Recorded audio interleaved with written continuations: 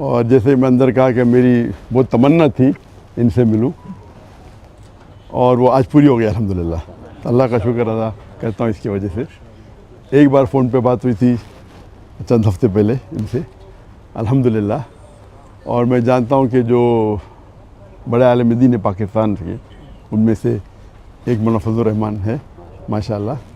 اور ان سے ملاقات کی کافی تمنا تھی, اسی لیے میں نے کہا مستثنی صاحب سے کہ اگر میں کوئی ریلیجس شخص سے ملوں گا تو پہلے ان سے ملوں گا پاکستان میں. اور کچھ لوگ ملنے آئے تھے کل, میں پہلے ان سے ملوں گا باقی ملوں گا, تو ترتیب ہونا چاہیے. الحمدللہ جو ان کی خدمات ہے اللہ تعالیٰ تو انشاءاللہ قبول فرمائے.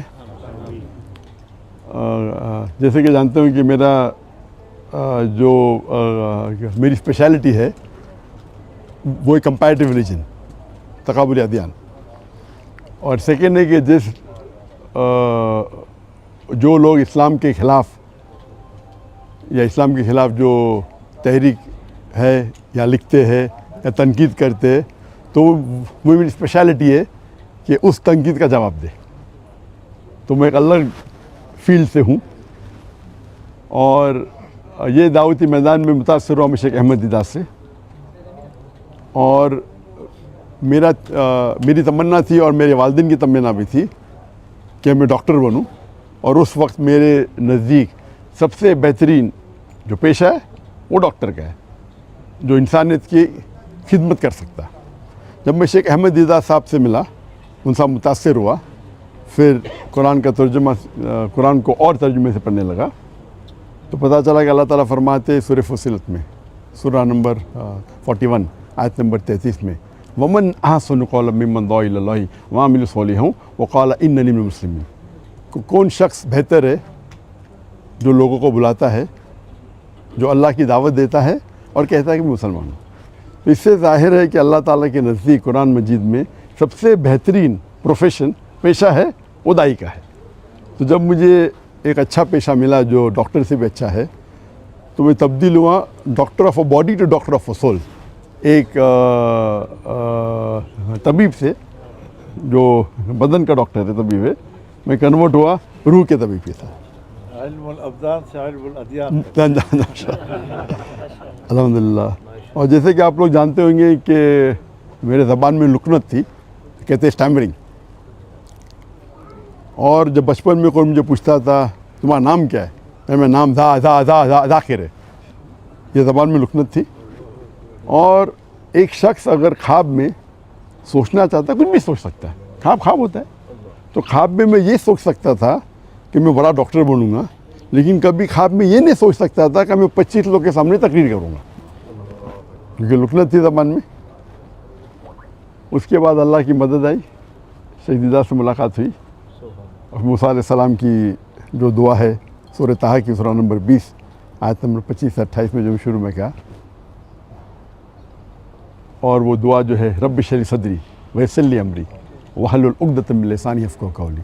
اور اکثر علماء اس کی ذکر کرتے ہیں, لیکن میرے لیے اور لاگو ہوتا ہے اس میں, کیونکہ ہم جانتے ہیں کہ موسیٰ علیہ السلام کو بھی زبان میں لکنت تھی جو عام علماء کی زبان میں نہیں ہے.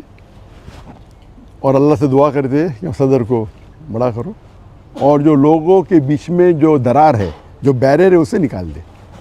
اور زبان کا بیریئر بھی تو میرے ڈبل لاگو ہوتا ہے, کیونکہ میرے زبان میں لکنت ہے.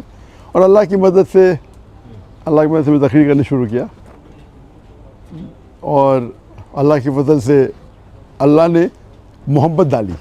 تو میں ناچیز ہوں, میں جانتا ہوں کہ میرے سے زیادہ کروڑوں لوگ جو علم رکھتے ہیں اسلام کا اس کے بارے میں, لیکن اللہ نے محبت ڈالی لوگوں کے دل میں میرے لیے. تو یہ ھذا من فضل ربک. اور پاکستان میں ذرا زیادہ محبت ڈال دی اللہ نے. تو اسی لیے پاکستانی سے لگا ہوا ہے. اور ماشاءاللہ کئی پاکستان جب میں جاتا ہوں گلف کنٹری میں, چاہے سعودی عربیہ ہو یا دبئی ہو یا قطر ہو یا UK ہو یا امریکہ ہو, تو اکثر پاکستانیوں سے ملاقات ہوتی ہے. تو میرے فون کے لسٹ میں پاکستانی کی تعداد سب سے زیادہ ہے نیشنلٹی میں.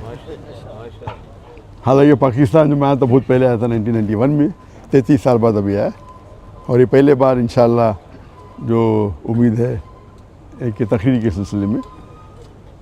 اور اللہ تعالیٰ سے دعا کرتا ہوں کہ یہ محبت اور بڑھائے. اور میرا مشن ہمیشہ رہا کہ جو اللہ تعالیٰ فرماتے ہیں قرآن مجید میں سورہ عمران میں سورہ نمبر 3 آیت نمبر 103 میں وَاعْتَصِمُوا بِحَبْلِ اللَّهِ جَمِيعًا وَلَا تَفَرَّقُوا کہ اللہ کی رسی کو مضبوطی سے پکڑو اور آپس میں مت بٹو, آپس میں تفرقہ مت کرو. تو یہ میرے لائف کا ایک مشن ہے. اور جو قرآن کی جو اہم آیت ہے جو میرے لیے ماسٹر کی دعوتی میدان میں وہ سورہ عمران سورہ نمبر 3 آیت نمبر 64 میں اللہ تعالیٰ فرماتے کل یا اہل کتاب او اہل کتاب یہود و نصارا تعالوا الی کلمۃ سواء بین بینکم آؤ ہم اس بات کی طرف جو آپ اور ہمیں یکساں ہے. سب سے پہلی بات اللہ نعبد الا اللہ کہ ہم اللہ کی عبادت کریں. یہ آیت خصوصاً اہل کتاب کے لیے لیکن عام طور پہ کوئی بھی غیر مسلم کے لیے استعمال کر سکتے ہیں, چاہے وہ ہندو ہو چاہے بدھ ہو. آپس میں یکسانیت کی بات کرے. سب سے پہلی بات ہے اللہ نعبد الا اللہ. میں ایک سٹیپ فوردر لے کے جاتا ہوں, میں یہ مسلمانوں سے بھی کر سکتے. ہمارے جتنے مختلف مذاہب یا فرقے ہیں اس میں بھی تعالیٰ کلمۃ سواء بین بینکم. اور ہم جانتے ہیں کہ اکثر جتنے بھی مذہب ہے اور میں چاروں ائمہ کی عزت کرتا ہوں 90% سے 90% سے زیادہ یا بول سکتے ہیں 95% ان میں یکسانیت ہے. لیکن اکثر مسلمان وہ 2% یا 4% یا 5% جو اختلاف ہے ان کے اندر الجھ جاتے اور جو یکسانیت ہے اس کو چھوڑ دیتے. تو میرے لائف کا یہ بھی مشن ہے کہ جتنے مسلمان دیگر مذاہب کے دیگر غور و فکر کے ان کے ساتھ رہے. اور اللہ تعالیٰ نے الحمدللہ یہ اللہ تعالیٰ کی مدد ہے من فضل ربی کیا میرے چاہنے والے ہر فرقے میں ماشاءاللہ جو شدت کے لوگ ہیں وہ شاید مجھ سے ناراض ہے.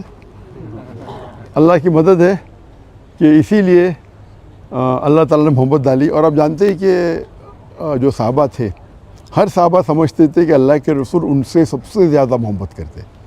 ہم جب پڑھیں گے صحابہ کی سیرہ ہر صحابہ سمجھتے تھے کہ اللہ کے رسول میں سے سب سے زیادہ محبت کرتے.